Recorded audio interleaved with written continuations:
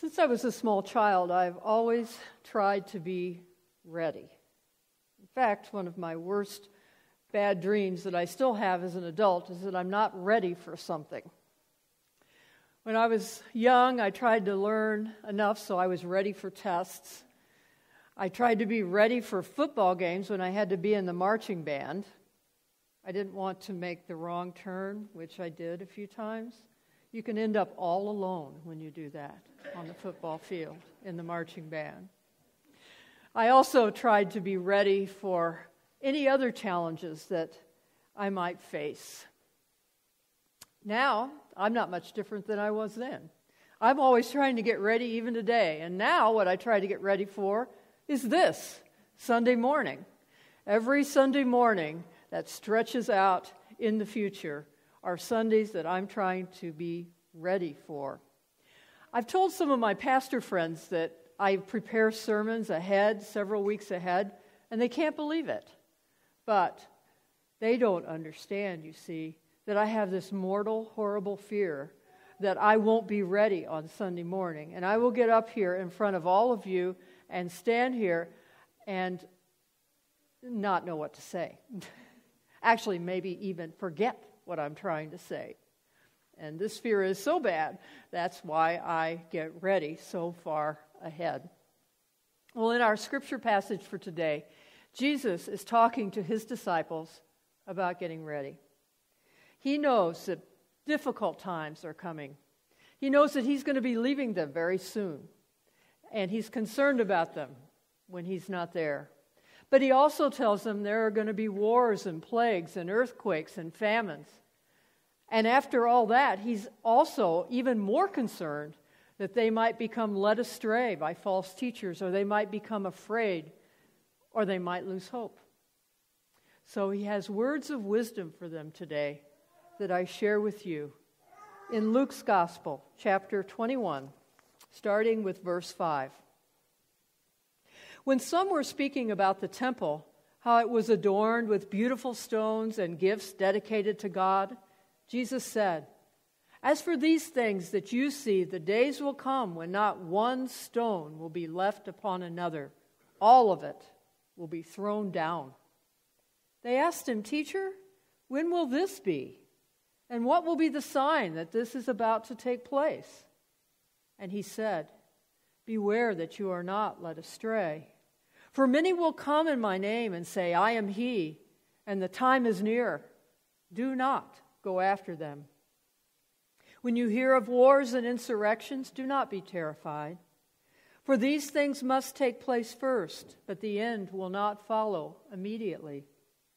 Then he said to them, "Nation will rise against nation, and kingdom against kingdom. There will be great earthquakes, and in various places famines and plagues. And there will be dreadful portents and great signs from heaven. But before all this occurs, they will arrest you and persecute you, and they will hand you over to synagogues and prisons, and you will be brought before kings and governors because of my name.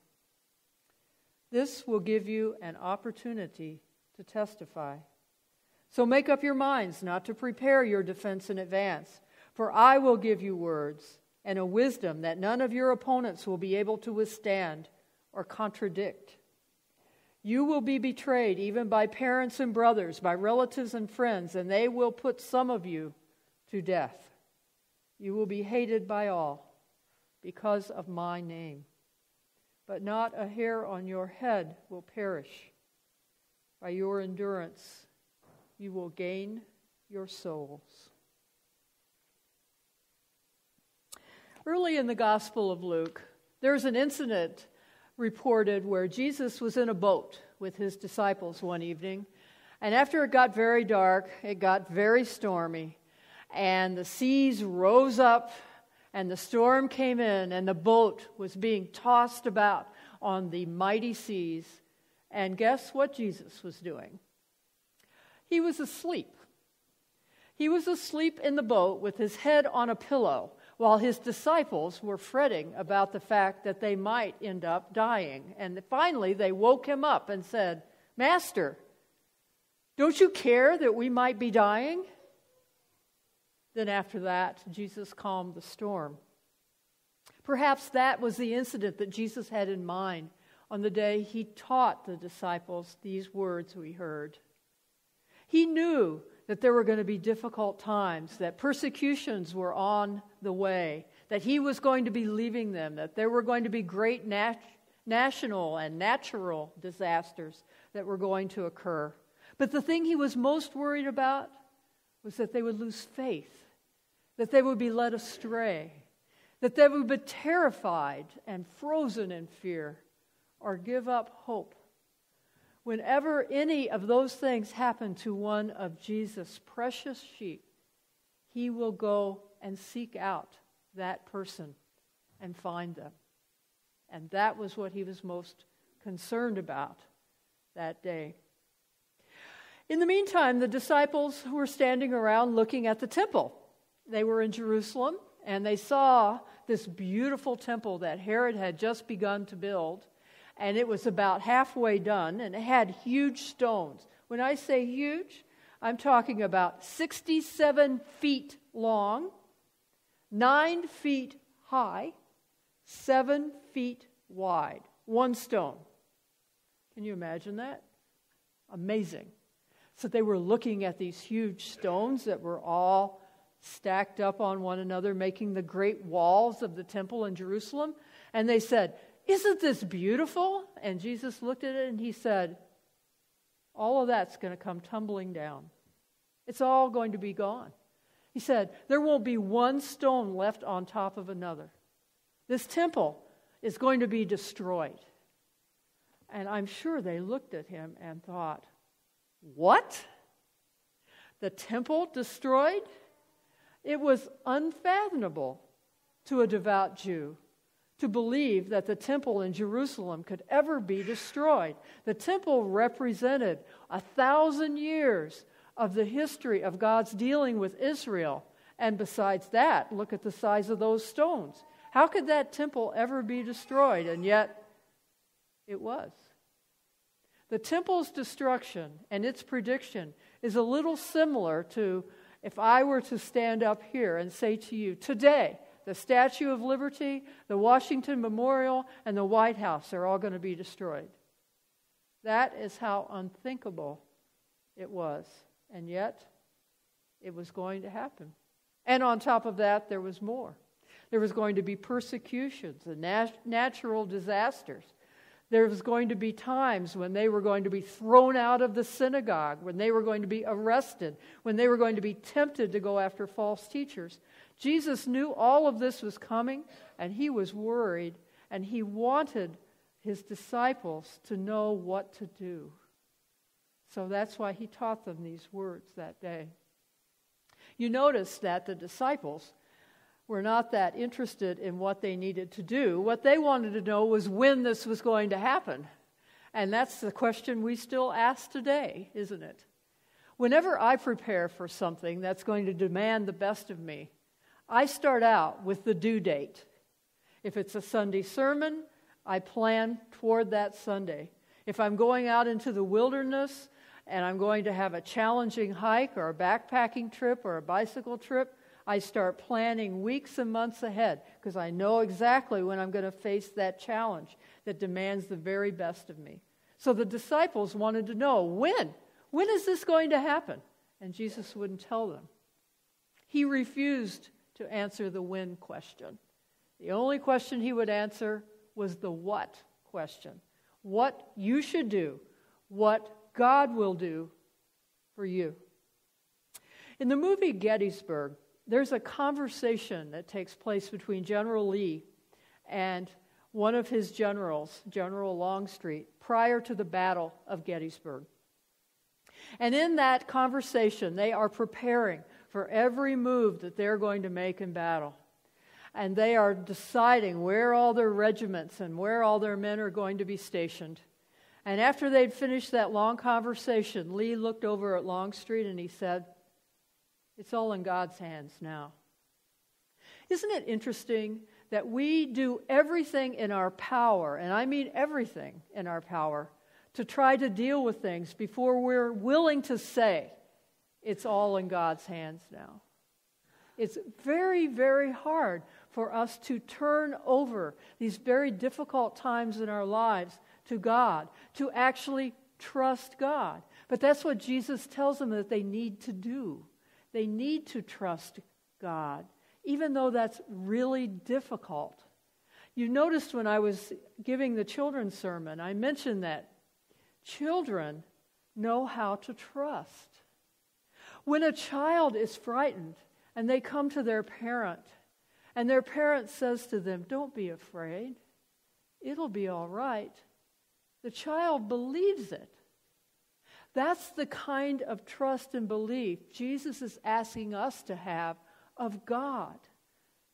But how hard is that as an adult? When we are standing in the midst of the hardest circumstances of our lives, how hard it is to just trust God. Several years ago, I was in a centering prayer retreat, and a monk was leading it, and he shared with us that he prays and meditates every day. And one of the students asked him, "Why do you do that? Why do you pray and meditate every day?" And the monk said, "Well, it's a little bit like weaving a parachute." He said, "Each day when I pray and meditate, it's like I weave just a little bit of the parachute. And then the next day I have a little more of it done. And then after a year I have a little more of it done." He says, "And then if difficulties come in my life and I find that I have to pull that cord, it will be big enough to hold me up." Because it is so hard for us to trust, we have to practice. Practice actually helps. There are lots of ways we can practice trust. We can start to turn to God in the smaller things of our lives. We can practice prayer when we are faced with difficult circumstances, or we can read Scripture when we're seeking answers, or we can reach out to others who are hurting and having a difficult time and find in their experience trust and support. There are many ways to practice trusting, but the important thing is to remember that you must do it all the time. And I would suggest you start small. It's taken me years to work up to wars and world peace and major illnesses. I started out with things like, what am I going to say to her? I started out by taking a deep breath when I'm in an elevator going to visit someone in the hospital, saying, "Help." Sometimes your prayer can be one word. And it's just a simple turning toward God and saying, "Help me. I need your support. I need you today." This is practicing trust. But Jesus told them there's one other thing they could do. They could remember that they don't have to think about all the things they're going to say in their defense. They were told that God would actually give them words to say. I try to remember that every Sunday morning. But you can remember it every day of your life. If you're faced with a difficult situation with anyone, no matter how small or how large, you can ask God for help and what am I supposed to say? And God will help you. And your words might actually become a testimony to someone. We learn that when God teaches us that we do not have to come up with the words, that the reason why we have the words to say is because God is right there with us, standing beside us. You know, suffering can render us mute at times. A man named Thomas Dorsey wrote the hymn, "Precious Lord, Take My Hand." He was a famous jazz musician in the beginning of the 1900s. And one day in 1937, he went from his hometown in St. Louis up to Chicago for a revival meeting where he was going to perform. And after the first night of that service, he got a message. And the message was this: "Your wife just died." So he rushed back to St. Louis. And when he got there, he found out that his wife had died in childbirth. And after he arrived, his child, his son, died too. So then he buried his wife and his son in one casket, and he retired and could not write music for a very long time. He had nothing to say. He had nothing to sing. And then one day he was sitting at his piano, and a feeling came over him. It was a sense of peace. And he heard a tune in his heart and his mind that he'd never heard before. And the words came to him as well. Precious Lord, take my hand, lead me on, help me stand. I am tired. I am weak. I am worn. In the storm, in the night, lead me on to the light. Take my hand, precious Lord. Lead me home.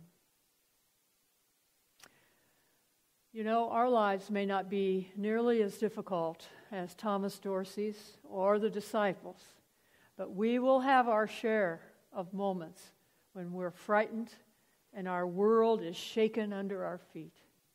And at those times, this scripture invites us to remember that God will give us the words and the strength to carry on, because God will be right there at our side, supporting us, strengthening us, and taking our hand.